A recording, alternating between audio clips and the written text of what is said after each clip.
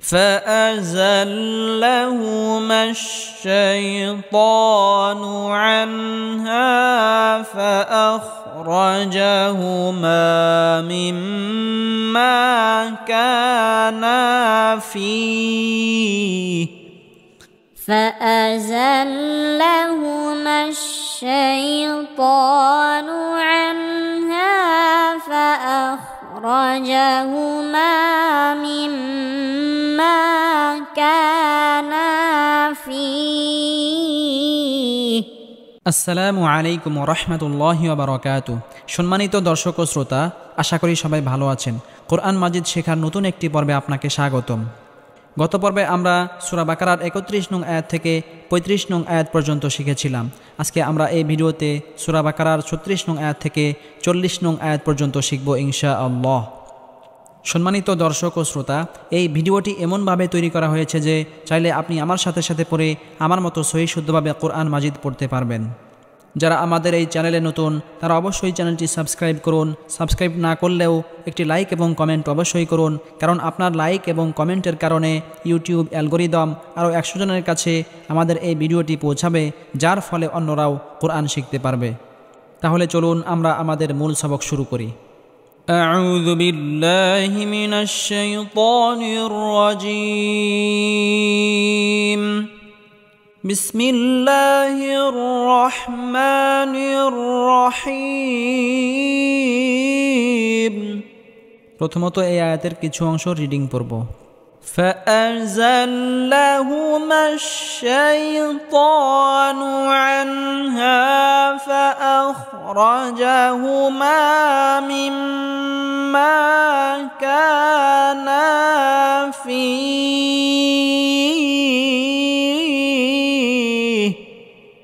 ফা জবর ফা, হামজা জবর আ, ফা আ, জা লাম জবর জাল, ফা আ জাল লাম জবর লা, ফা আ জাল্লা, হা পেশ হু মিম শিন জবর মাস, হুমাশ, فأزلهمش فأزلهمش শিনিয়া জবর শাই, ত খারা জবর ত, শাই ত। কোনো হরফের উপর খারা জবর খারাজের উল্টা পেশ হলে একালি পরিমাণ লম্বা করে টেনে পড়তে হবে। নুন পেশ নু, শাইতানু, فأزلهمش শাইতানু। আইন নুন জবর আনহা, আলিফ জবর হা, আনহা। জবরের বাম পাশে খালি আলিফ মাদের হরফে একালি পরিমাণ লম্বা করে টেনে পড়তে হবে। ফা জবর ফা, হামজা খ জবর আখ, ফা আখ, র জবর র, ফা আখ র, জিম জবর জা, ফা আখ রজা, হা পেশ হু মিম, আলিফ জবর মা, হুমা, ফা আখ রজা হুমা। জবরের বাম পাশে খালি আলিফ মাদের হরফে একালি পরিমাণ লম্বা করে টেনে পড়তে হবে। মিম মিম জের মিম, মিম আলিফ জবর মা, মিম মা। নুনে বা মিমে তাসদিদ হলে সর্বাবস্থায় গুন্নাহ করে পড়তে হয়। জবরের বাম পাশে খালি আলিফ মাদের হরফ, জবরের বাম পাশে খালি আলিফ মাদের হরফ, জবরের বাম পাশে খালি আলিফ মাদের হরফ।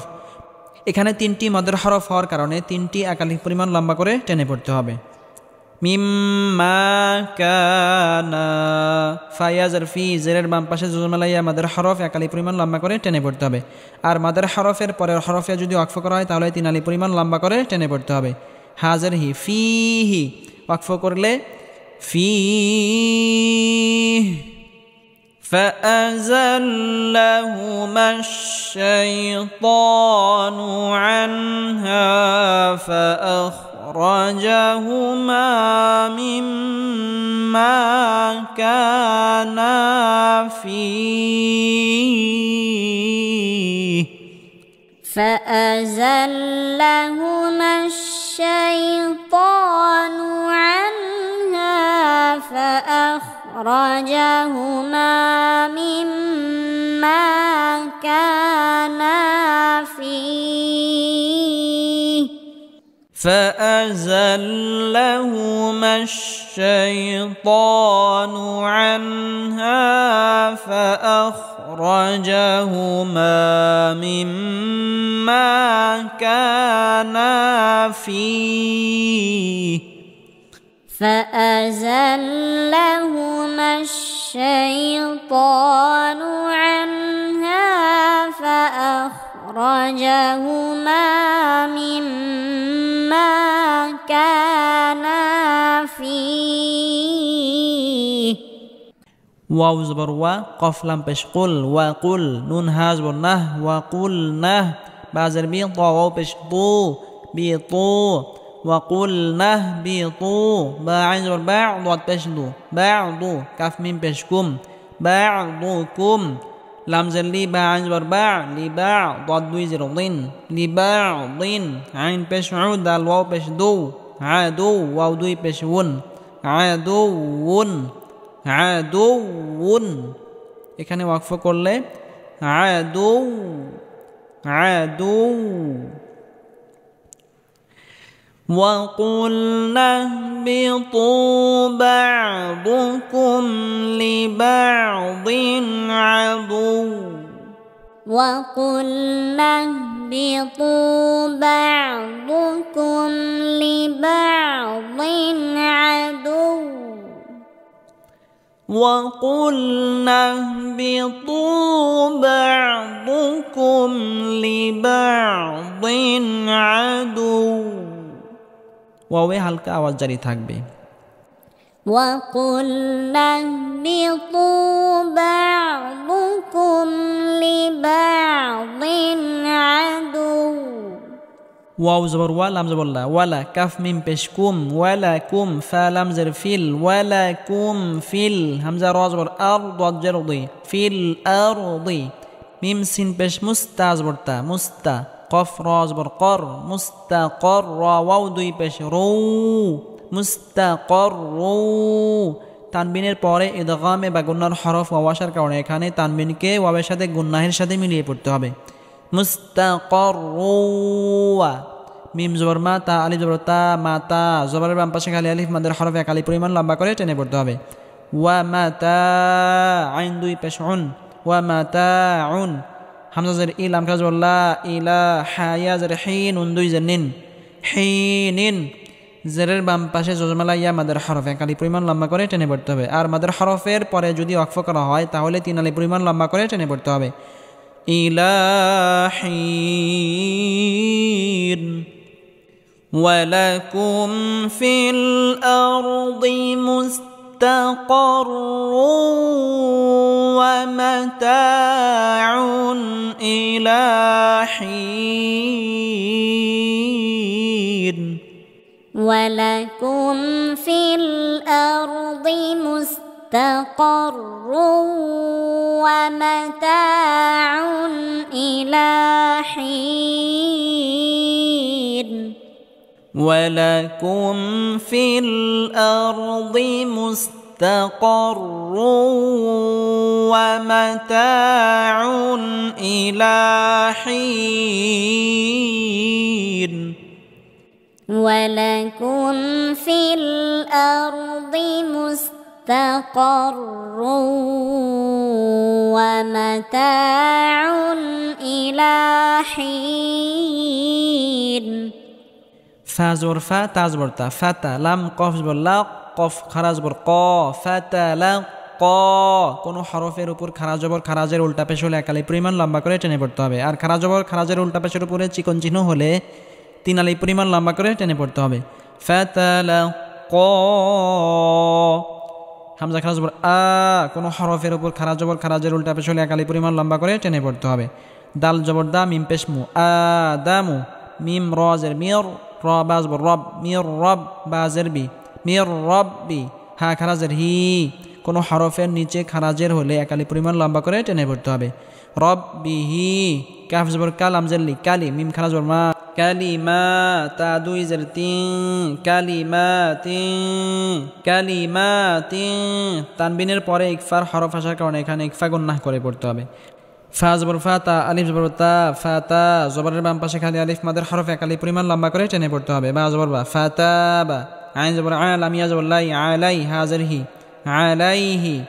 প্রত্যেকটি হরফ দ্বারা দুটি করে লিনের হরফ হয়ে থাকে বাউবাই তাউতাই সাউসাই লাউ লাই এখানে লাম দ্বারা দুইটি হয়েছে দুইটির মধ্যে এখানে লাউ লাইয়ের মধ্যে লাই এসেছে আর লিনের হরফের পরের হরফে যদি ওয়াকফ করা হয় তাহলে এক বা দুই আলিফ টেনে পড়তে হয় আলাই فتاب عليه فتلقى آدم من ربه كلمات فتاب عليه فتلقى آدم من ربه كلمات فتاب عليه فتلقى آدم من ربه كلمات فتاب عليه فتلقى آدم من ربه كلمات فتاب عليه হামজা নুনজের ইন নুন জবর না ইন্না নুনে বা মিমে তাজদিদ হলে সর্বাবস্থায় গুন্নাহ করে পড়তে হয় ইন্না হা উল্টা পেশ হু ইন্না হু কোনো হরফের উপর উল্টা পেশ হলে একালি পরিমাণ লম্বা করে টেনে পড়তে হয় হা পেশ হু আও তা জবর ওয়াত হুয়াত তা ওয়াও জবর তাও ওয়াও আলিফ জবর ওয়া তাও ওয়া হুয়াত তাও ওয়া জবরের বাম পাশে খালি আলিফ মাদের হরফ একালি পরিমাণ লম্বা করে টেনে পড়তে হবে বা র পেশ বর হুয়াত তাওয়াবুর রাজবর রাহিয়া রহি রহি জেরের বাম পাশে জুজমালা ইয়া মাদের হরফ একালি পরিমাণ লম্বা করে টেনে পড়তে হবে মিম পেশ মু রহিমু আর মাদের হরফের পরের হরফে যদি ওয়াকফ করা হয় তাহলে তিন আলি পরিমাণ লম্বা করে টেনে পড়তে হবে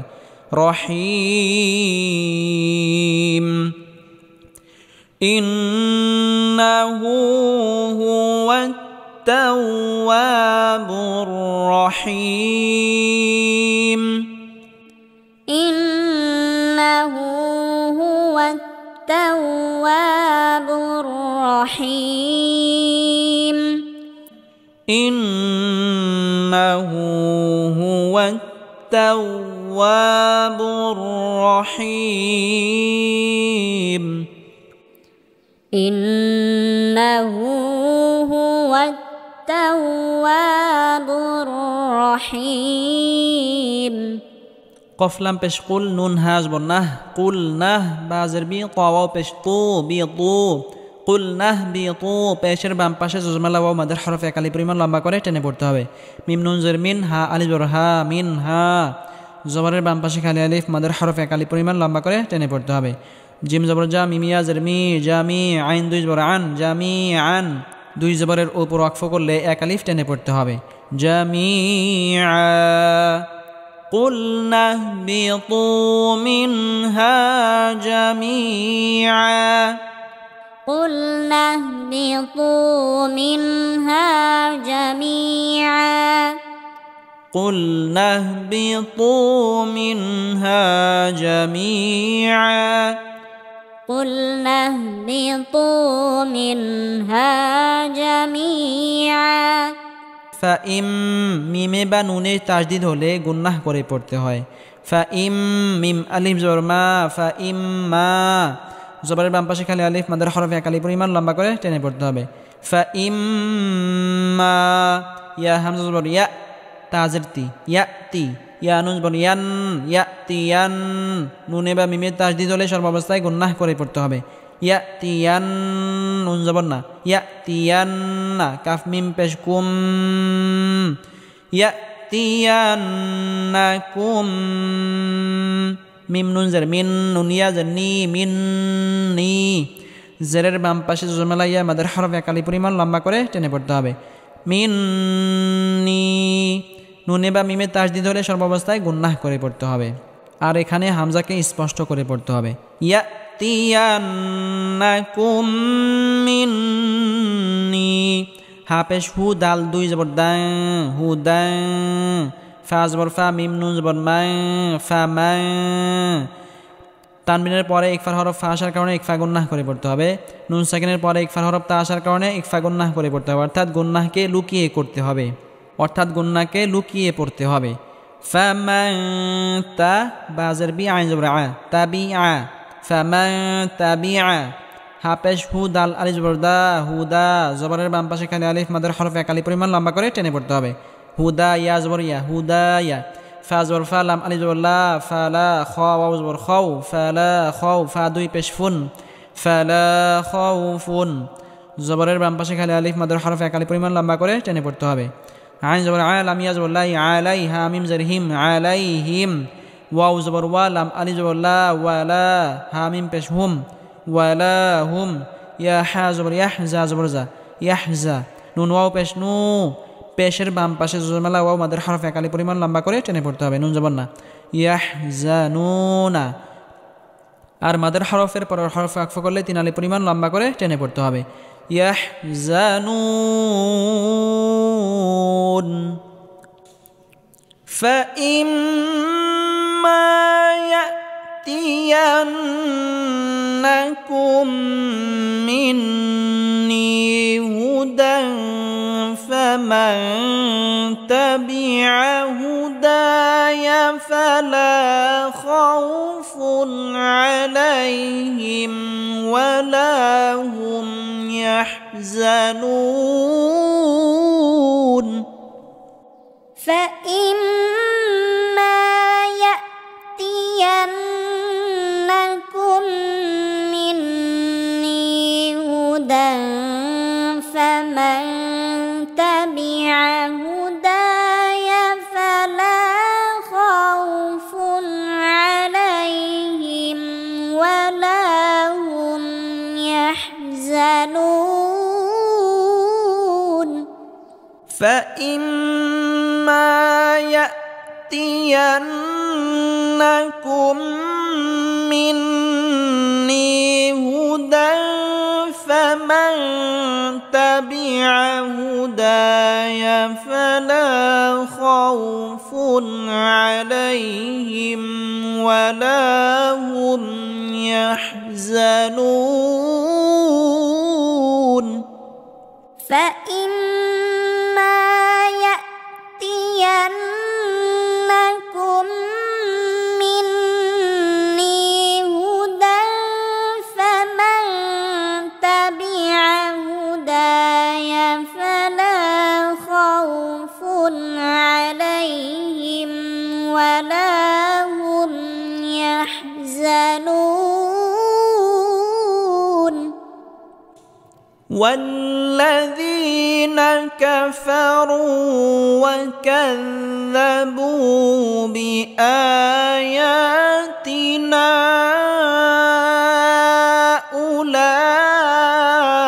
أولئك أصحاب النار والذين كفروا وكذبوا بآياتنا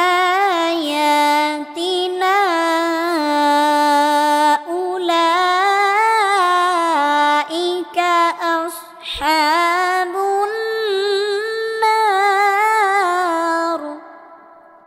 والذين كفروا وكذبوا بآياتنا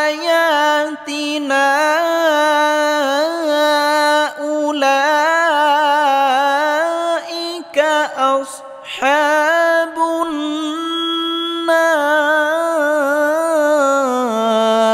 النار والذين كفروا وكذبوا بآياتنا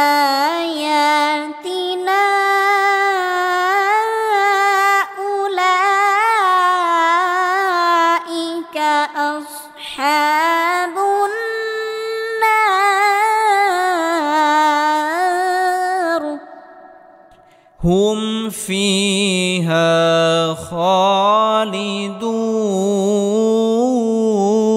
خالدون هم فيها خالدون هم فيها خالدون هم فيها خالدون يا بني إسرائيل اذكروا نعمتي التي أنعمت عليكم وأوفوا بعهدي أوف بعهدكم يا بني إسرائيل اذكروا نعمتي التي أنعمت عليكم وأوفوا بعهدي أوف بعهدكم يا بني إسرائيل اذكروا نعمتي التي أنعمت عليكم وأوفوا بعهدي أوف بعهدكم يا بني إسرائيل اذكروا نعمتي التي أنعمت عليكم وأوفوا بعهدي أوف بعهدكم وإياي فارهبون وإياي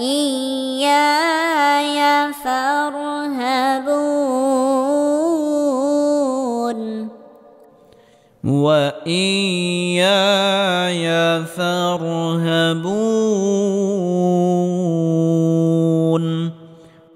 وإياي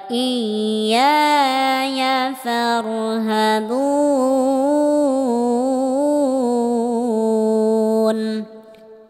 সম্মানিত দর্শক ও শ্রোতা, আজকে আমরা সূরা বাকারার 41 নং আয়াত থেকে 40 নং আয়াত পর্যন্ত শিখলাম। পরবর্তী পর্বে আমরা সূরা বাকারার 41 নং আয়াত থেকে ধারাবাহিকভাবে শিখব ইনশাআল্লাহ। যারা আমাদের এই চ্যানেলে নতুন তারা অবশ্যই চ্যানেলটি সাবস্ক্রাইব করুন।